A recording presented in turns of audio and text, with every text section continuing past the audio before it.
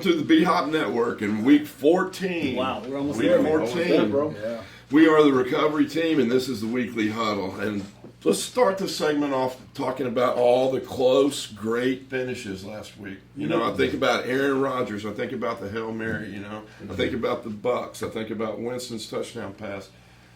What a great week of football. I thought it was a great week of football, but, I didn't get a chance to watch a whole bunch of the games because I was only worried about the Denver Broncos. And we'll talk about that later on, but I'll let you guys talk about those great comebacks. I think it was great. I mean, that's what the fans are signing up for, to see this type of competitive football. Nobody's blowing anybody out anymore. People are going back and forth down the field, high-scoring games. I think it's fantastic. I think the fans are getting their money's worth. Well, and I think it's also that time of year where teams are starting to get in their groove. Yeah. You know, injuries are catching up, or people are coming back that were not healthy early in the year. And I think everybody's more on an even keel. And, I mean, it's coming down to these extended field goals, blocking a field goal, which is something we used to not ever have to worry about, but now it's a game changer. That's right. I don't know if the talent is balanced out, because you recall like the 80s and the 90s, you pretty much know the clear-cut team. Who was going. That's right. But right now it seems like it just balanced out talent-wise right now. Yeah, it's parity all across the league, and I think that's a good thing. That's a great thing for the fan. That keeps the stadiums filled because they know they're going to get a great game. Now, with these comebacks, is there anyone that showed that in this comeback that they're going to be the ones to look out for during the playoffs? Good question. Well, I think that obviously even the Bucs are still in it. The Bucs? Even the Bucs are still in it, or a wild card. But, it's just another example. I use my team as an example just because they are, as a team that's, surging forward, and that, and they've even got some great players that are not playing. McCoy hadn't been in there, but I'm just saying, here we are at a pivotal point in the season, and this is where teams are going to make or break it based on injuries and a fumble turnover here and there. You guys are talking a lot of stuff about my Broncos and not having to go through Denver to make it to the Super Bowl this year. And I had a chance to pull up, if they were going into the playoffs right now, where are they going through? It looks like Mile High Stadium is going to be the stadium that they go through because when we beat up on the Tom Brady group last week, it just looks like this is just amazing that they're turning out to be like one of the teams that to look out for. Osweiler's playing really good, and the Bengals. I mean, who would have thought that you would have to go through the Bengals to get to the Super Bowl? But I'm thinking somehow, some way, it's going to end up in Denver. I noticed Vance used the keyword if. if. Remember the word if. But one of the most surprising teams who I would fear right now getting into the playoff are the Seattle Seahawks. You think? Oh, yes. Right now, they're beginning to gel. They're playing great football. That would be one of the teams that I would feel right now getting into the playoffs.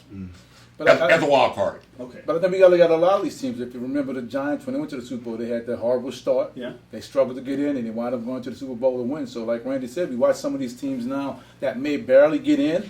They're going to be some spoilers there. Some of these teams that are really out front that got these great records. I can see some of these teams are barely getting in, spoiling some of the, some of these games for these guys in the playoffs. Speaking about teams that are out front, I'm looking at Cam Newton right now playing so well there, and he's up for MVP position. Right. I think at this young age, at 25 years old, and the guy's over 2,800 yards right now throwing. He is just tremendous, and he doesn't have a lot of ball players on the team. That I was asking you earlier, who's on his team besides him that's going to get him to the playoffs to be able to win a championship, but yet they're 12-0. But you know what I like about Cam is he's having fun, man. Yeah. He's having fun with the game right now. He's having fun, and he's throwing frozen ropes down Yes, That guy is throwing lasers. But and he has the guys rallied around him. Like you said, there's no great big name players on his roster, but because he's having such fun, the team is having fun. And you can do that when you're winning. Exactly. When But is he MVP? But is he playing MVP worthy? Yes, I think so. Yes, I feel so. I think so. And what I like about him, is I saw him, and you probably all saw the video of him taking that ball away from the official. Yeah. Did y'all see that? Where the official took the ball, and then he took it back and threw it to the kid. I mean, but that's the kind of examples that we need now in the NFL. I mean, there's so much negative publicity going on. So many guys are getting in trouble and all that. You need to see the good stories. You need to see the Cam Newtons of the world that are doing that are trying to make a contribution. And he's consistent all the way aboard. Every game, some kids, these kids are getting footballs, man. And I know that's the highlight. He's been very consistent throughout the year. What I love about it, he had a lot of knock on him coming out of college. That he couldn't do this, can't do that. You see him out there right now. It seems like he's back at Auburn. The way he's having fun. He really didn't have no stars on his team. Right. He the one rallied around. Everybody rallied around him, and he carried that team. So hey, we might see him in San Francisco. Right. Might see him there. And we didn't say anything about Cleveland. Y'all got invited to the Toys R Us Bowl. Who y'all playing in that bowl game? I knew that was coming. Where is that? Up in Anchorage, right? No. Well, obviously, Those bowl invitations. no. But, we lost another game. We got slaughtered again. So, as I mentioned many times before on the show, we're in a revamping mode right now. We were right now trying to find, I think, Chris always says trying to find an identity. And I think that's what we're trying to find right now. And I've said on many occasions, within the next 3 to 4 weeks, you're going to get a new general manager and a head coach. And once the team, once they find out who's going to be the head coach and general manager, you'll see veteran players on their squad now being vanished, kicked off the squad, or cut, whatever your term. You know, Randy, it looks like Johnny Football is playing and he's starting this weekend. What do you think about that? Yeah, I have mixed emotions. I want to see the kid play. Yeah, I want to course. give him second, third, fourth chances, But golly, come on, when's the time to start doing the next right thing? I think this is And when you're going to be responsible. Well, Johnny, look at it like this. Like that girlfriend you always go back to.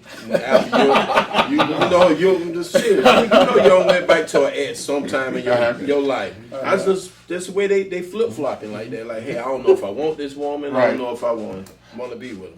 So hey, they need to just go ahead and play out these 4 games and see what they really have. Because if he win these 4 games, I think he can say their job. Well, I think what they're doing right now, Or it advances his trade value. That's true. Johnny's being put on an exhibition. Okay. Right now, these Take a shot at next him, huh? next 4 games, he's being put on an exhibition because certainly they're going to probably get rid of him. And so what they're trying to do now is to allow the teams to have a look at him Get a market value for him. and get a market value for him. And I agree with I Matt with promise that. you, I think these I 4 promise games you are they'll big have for him. they'll have a new quarterback this year. Yeah, I think these 4 games are big for him. He has an opportunity to really show himself here. So hopefully he does well. And I think if he does well, he may save the coach's job plus his own job also. I think it's a big deal for him, these 4 games, these 4 weeks coming up. And we'll be right back. As a former offensive lineman in the NFL, I battled some of the biggest, meanest guys that ever played the game. But nothing was harder or more rewarding than taking that first step into detox, that behavioral health of the Palm Beaches. And I know now what all those years playing professional football was preparing me for, and that was to give back this gift of recovery. Welcome back to the Weekly Huddle. And, one of the things that was in the news last week, guys, was this article on Stedman Bailey, 3rd-round draft pick, 3rd year of his career. He was out on a 4-week suspension for performance-enhancing drugs. And, he got shot. Got shot twice in the head down in Miami. And that was 2 weeks into his suspension. So, that means he had a couple more weeks that he was waiting on. And so it just kind of shows that he was up to I don't want to say he was up to no good, but he was in the wrong place at the wrong time. He had a couple of children in the car with him. Somebody else was in the car with him that got hurt. And it's something that we talked about last week, and that's accountability, structure that these guys need, and maybe our role as a sober coach or, as a sober mentor for this guy. I've got a little bit more information about that, Randy, about Stedman. Like you said, he was drafted in the 3rd round by the Rams, and he underwent a 6-hour surgery with the 2 bullet wounds to his head. He was in a medically induced coma, and the 25-year-old, obviously is really struggling right now whether or not he's going to even come back with his career. But what he did, he tweeted after he had a chance to wake up from this coma and just talked about how he wanted just to give all honor and grace to God for allowing him to have this life. He also talked about wanting to come back and be a role model, wanting to be the person that was going to step up and say, listen, there are certain things you need to be accountable to and he wants to be that guy. And so that's why Chris and I had a chance to visit a little bit, and we want to, go down to Miami and walk up to this guy. We go up to his room, see how he's feeling, ask about the other people that were injured in the car. I know he had a cousin with him, I believe it was. There was a 5-year-old and a 10-year-old in the car, and apparently the cousin tried to shield the kids and ended up getting shot too. So, our thoughts and prayers are with the whole family. No doubt. But back to this young man, this is a great opportunity, and we were talking last week a little bit about being a sober coach, to visit with him and see if this is something that he would be interested in. I know Fisher and the rest of the team are really concerned about him and wondering whether or not he's going to be able to even come back. He's excited about getting back out in the field. So let's talk about. But he gave us a great segue also, because he said he wants to be out there being that guy these guys can be accountable to, and that's what we do. Right. And this is time for the team to take notice. I think all the teams, because if you got a guy you're investing this kind of money in, why not pay a recovery coach to be with this guy to make sure he's doing all the right stuff? And like Max said, they have to want to, but we can be there to kind of guide them. And that's what they need. Once again, we got young kids who don't have any guidance, and they got to want to change, and we understand that. But if we're giving them the tools to change, and we're giving them the do's and the don'ts, because we can say anything we want about these young men and what they need to do and how they need to do, but some people just don't know. They just don't have the knowledge. You know what I mean? And we got to take that into consideration. But we do, because we've been through it, so we do understand it. So I think this is a great opportunity for the teams to see. And hey, you're paying all this money anyway for this guy. You give him this big contract. Why not put some people in place to make sure you get your investment working at this guy? Guaranteed money. That's right, and get this guy, all your money out this guy. Plus, make sure this guy have a healthy career, and not on the field, but off the field also. Don't you think this guy, though, he needs to take this into his own hands? Because I don't think Fisher and or the Rams are willing to say, take a chance that he's even going to come back to even want to spend the money for him to have a rehab coach. This might be something. What do you think about that, Matt? Well, I think also, as Sean mentioned earlier, right now he has to make a decision. He's talking the talk, but will he walk the walk? That's right. Absolutely. I think that once he gets better and see how his health goes, you guys can visit him and see exactly whether he's sincere or not about wanting to carry a message, because certainly we've all been there when doing the foxhole prayer, so to speak. Yeah. Right. But I certainly think that he can help a lot of young people. He has a strong message that a lot of young people will listen to if he's willing to give up the time. Right. And we can't forget the fact that he was suspended. This is the second time for Second time for using performance-enhancing drugs. This is what I don't understand. I kind of differ in that, Vance. You're a third-round pick. The organization, they don't put some money into you. They wait for you to either you're gonna blossom or you're not gonna be worth that pick. Right. So right now he been out suspended twice. I still say they should have spent some time with this guy.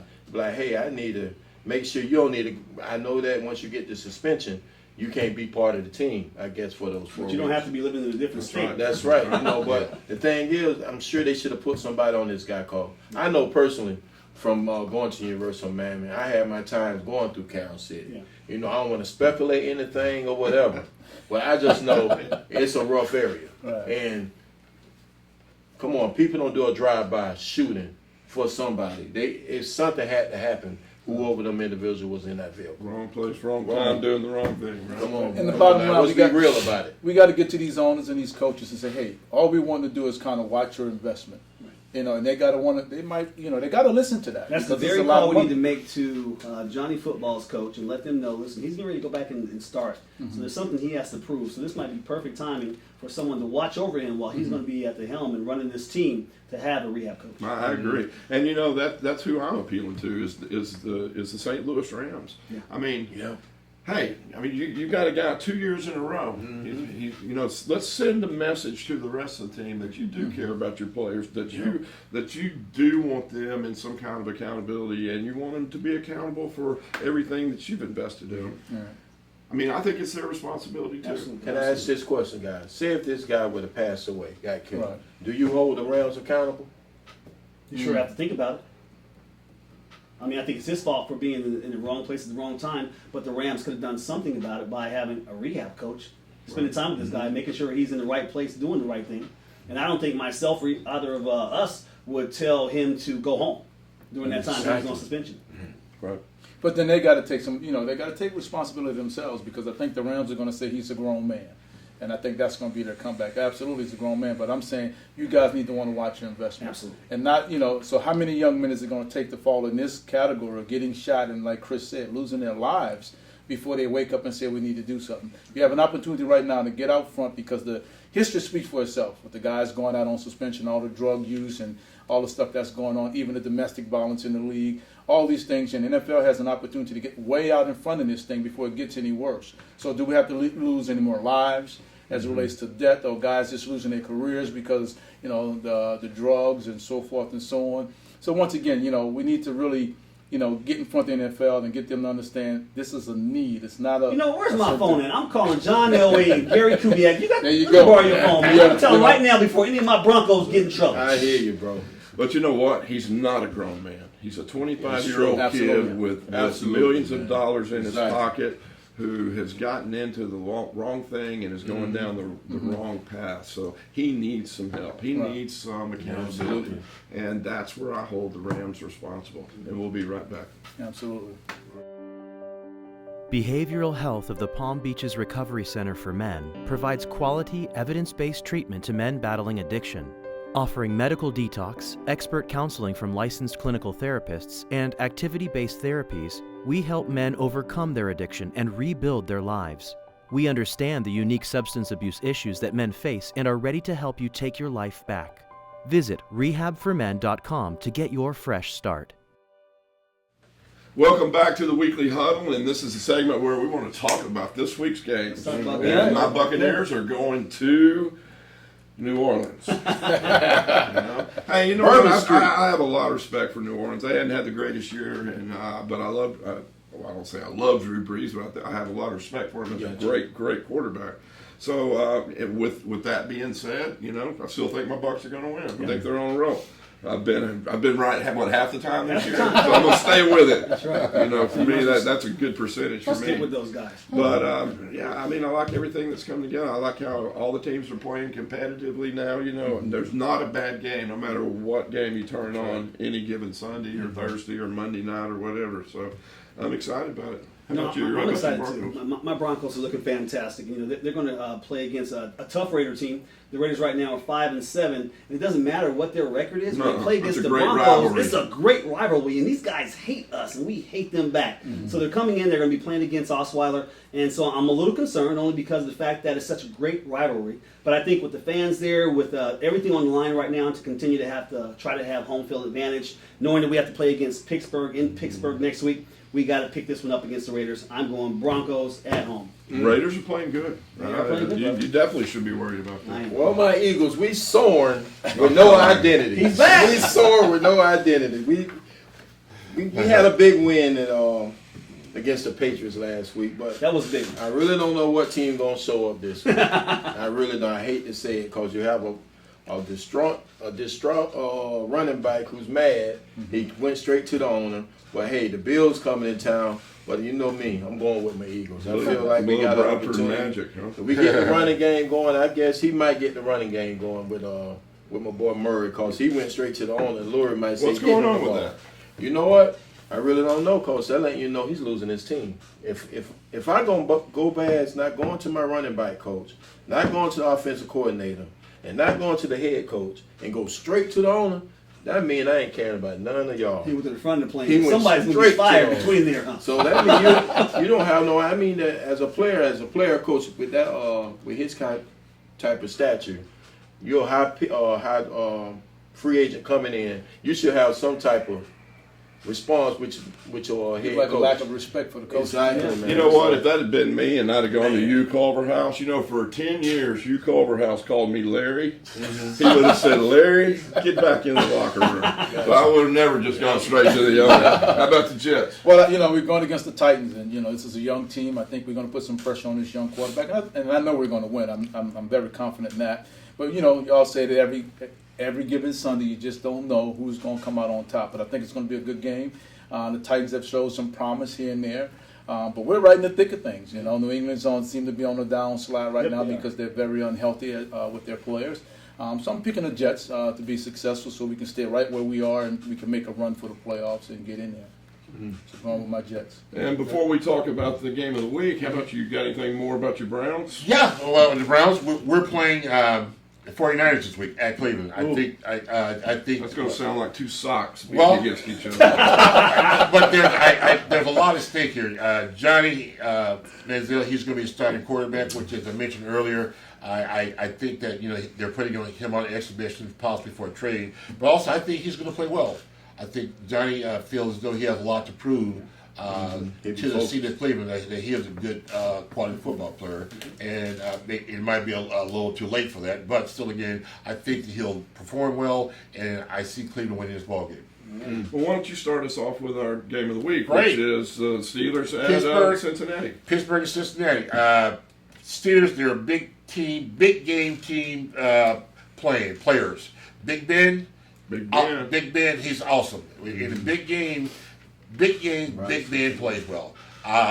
Cincinnati, it's always a tough rivalry when Pittsburgh and Cincinnati plays, so I'm looking for a knockdown, drag-out ball game. But in the final analysis, Dalton's playing good. He's playing very well. TCU boy.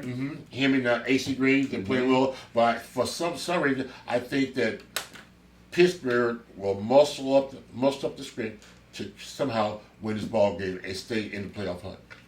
John? I'm gonna go with Cincinnati. I just think I know Panthers are undefeated, but I like Cincinnati. I think they still got the best team in the league for us, not just their on the field players, but their depth.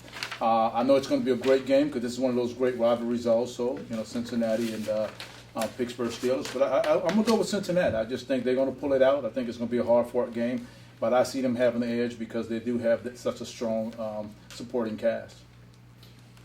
I'm up in the air about it, guys. I really don't know. When I was listening to Mac, I was convinced. I even wrote it down. Big game, Big Ben, big win. Big Mac. But how about having a Big Mac? But you know what? Now that I listen to Sean, I think the Bengals actually are playing at the best right now in the NFL, especially in the AFC. And so I'm going to have to go with the Bengals. Wow. Well, I'm going with Big Ben because I love the high scoring that he's been putting up. 54 points and last week, I think. And his receivers are fire right now. It changed my mind. And I know that the Bengals defense is really a good defense, but I don't see them stopping those receivers. Pike Man gonna have some problems this week. Wow. Well, I'm going to go with Cincy. I think they're on a roll, and I love the momentum that they have. And I think they're a great team. I think they have some great players, and they're on fire. But nobody right wants now. to see them in the Super Bowl, man. Who wants to see I know, Cincinnati in the as long Super as Bowl? Sam Wash isn't involved with them in any way, I don't care. But you know what? I like the fact that they really got it all together, and they're really gelling. So I'm going with Cincy. And watch those corners shut down those wide receivers. Oh, please. Hey, that's all we need is a ball now. We can take our shoes off on the wide side. When he wasn't so swole up, I'd be getting there. I'm sorry, man. You're only 10 years younger than me. I'm not going out there with you, man. And that's it for this week's show. And as always, if anybody you know or you yourself is suffering with this disease of addiction, contact us. You can reach us at bhpalmbeach.com. Athletes in Recovery. We all have Facebook pages, but do reach out. There is hope. We can help.